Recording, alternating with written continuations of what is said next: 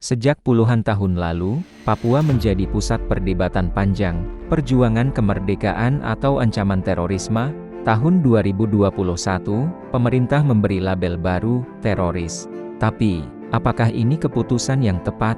Atau justru label yang keliru dan penuh konsekuensi? Papua bersama Indonesia dimulai bahkan sebelum proklamasi. Dalam sidang BPUPKI 10-1 Juli tahun 1945, Soekarno dan Muhammad Yamin bersikeras, Papua adalah bagian dari Indonesia, mengacu pada sejarah Majapahit. Tapi Muhammad Hatta punya pandangan berbeda.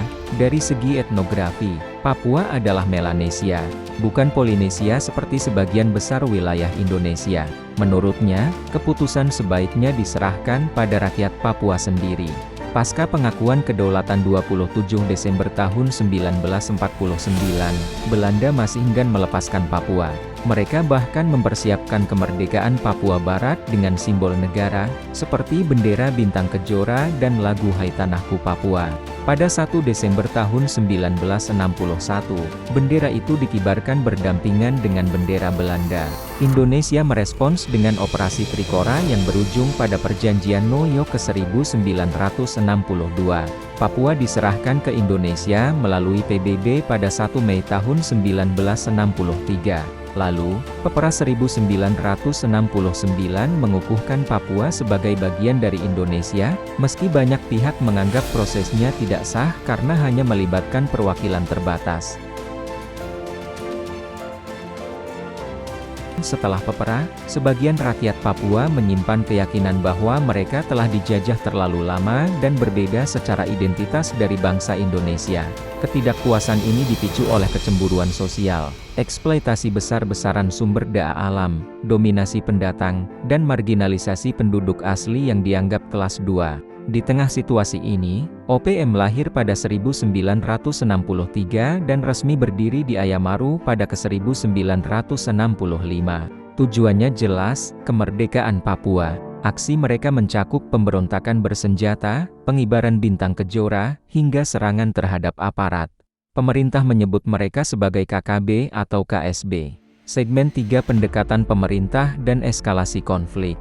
Pemerintah mencoba berbagai pendekatan. Pemekaran wilayah, Undang-Undang Otonomi Khusus 2001 yang diubah beberapa kali, hingga pembangunan infrastruktur. Namun, langkah ini sering diiringi operasi militer untuk menumpas gerakan separatis. Hasilnya, bukan perdamaian, melainkan meningkatnya perlawanan bersenjata. Berbagai operasi militer sejak 1963 seperti Operasi Wisnumurti, Bharatayuda, Koteka, hingga Raja Wali II meninggalkan catatan pelanggaran HAM. Korban sipil bervariasi. Dalam catatan, dari 2.000 jiwa hingga hampir 100.000 orang, tergantung sumber. Luka ini membekas dalam ingatan kolektif rakyat Papua.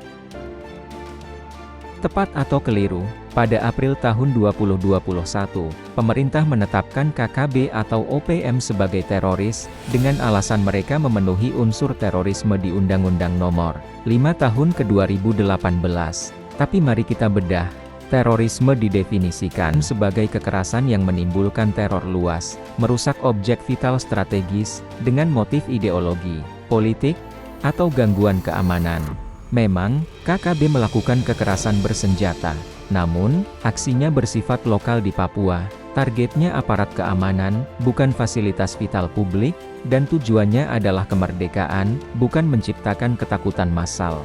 Secara hukum pidana, tindakan ini lebih dekat pada makar atau pemberontakan tindak pidana politik yang diatur dalam pasal 104-129 KUHP. Separatisme adalah gerakan politik untuk memisahkan diri dari negara.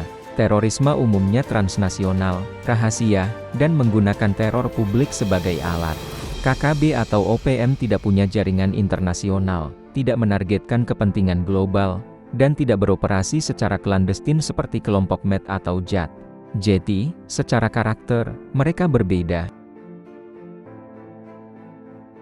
Label teroris membawa konsekuensi besar. Instrumen hukum bergeser dari KUHP ke Undang-Undang Terorisme. Aparat yang terlibat bertambah, bukan hanya Polri dan TNI, tapi juga BNPT, Densus 88, hingga intelijen negara. Pendekatan bisa berubah dari criminal justice model yang menekankan penegakan hukum, ke war model yang bersifat militer. Di sisi lain, ada risiko overcriminalization, penggunaan pasal terorisme secara berlebihan yang membatasi ruang demokrasi, kebebasan berpendapat. Segmen 7 Jalan Menuju Perdamaian. Penulis jurnal ini mengingatkan, operasi militer berkali-kali hanya meninggalkan luka, otonomi khusus dan pembangunan belum meredam konflik. Jalan yang lebih menjanjikan adalah dialog yang melibatkan rakyat Papua, pengakuan hak-hak adat, perlindungan HAM, serta pembangunan yang benar-benar berpihak pada kesejahteraan mereka. Pesan penutup, label bisa berubah, tapi luka sejarah hanya sembuh jika kita mau mengobatinya.